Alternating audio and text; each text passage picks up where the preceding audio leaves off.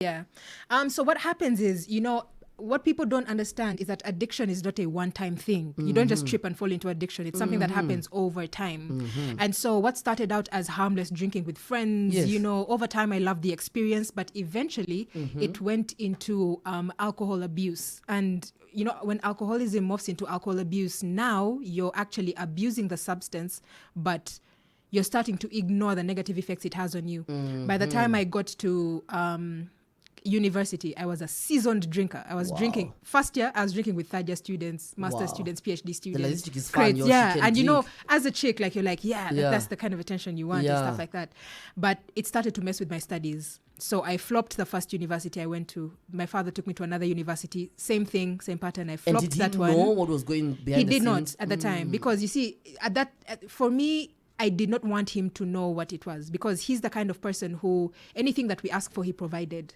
So for me, it would break my heart for him to find out. But after the second university flopped, eventually he did find out, because he went to the university. I did not look like a student who had a thesis to write. Yeah. I was just drinking all night, coming home at 7 a.m., sleep, leave the house at 4 p.m. I did not look like a third year student who had anything to do. Wow. And so I flunked out of school.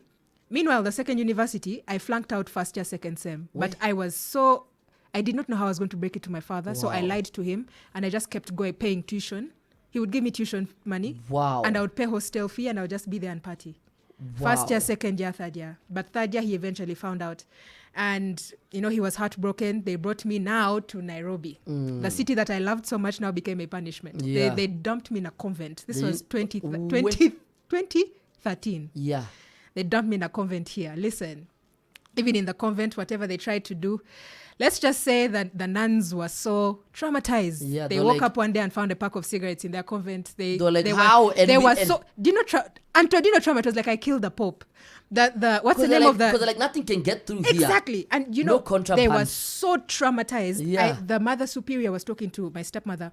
She called mother superior the head Yeah, nun. head And she nun. was, the way she was speaking, she just wanted, like you could just tell she was just saying, get this individual